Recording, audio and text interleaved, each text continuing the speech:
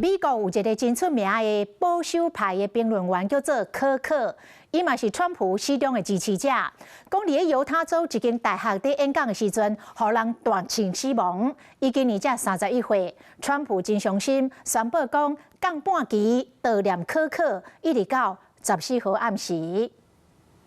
Do you know how many mass shooters there have been in America over the last 10 years? Counting or not counting gang violence? Great. 这都回答完主持人的问题，现场雄雄听到枪声。所有个美国保守派的评论家挂口，都伫正人的面头前倒落，随后紧急送上病院。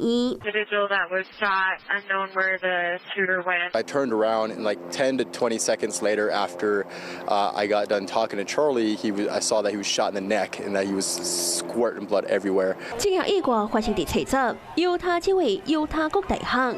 歌曲伫遮举办浩瀚的演讲活动，估计吸引到超过3000人参加。现场有便衣的警察，也有保全团队。根据 FBI 初步调查，亲像规身躯拢穿黑的犯案的人，可能敢若伊一个，伊是伫厝顶开枪，明显都是针对歌曲。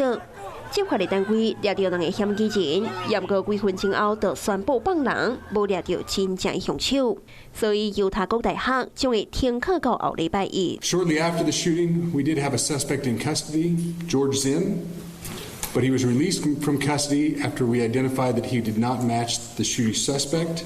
And was not an accurate person of interest. 31岁歌曲自18岁，大家会判创立保守派的组织，如今伫800外间学校拢有分会，所以加做美国总统川普有少年选票的重要功臣。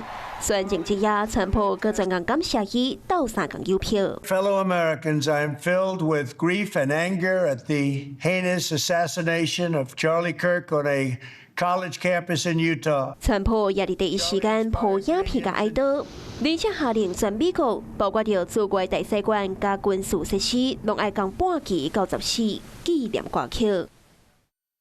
Hello， 我是雷亚，想要抢先掌握最及时的新闻资讯吗？赶快订阅、按赞、开启小铃铛，锁定华视新闻 YouTube 频道。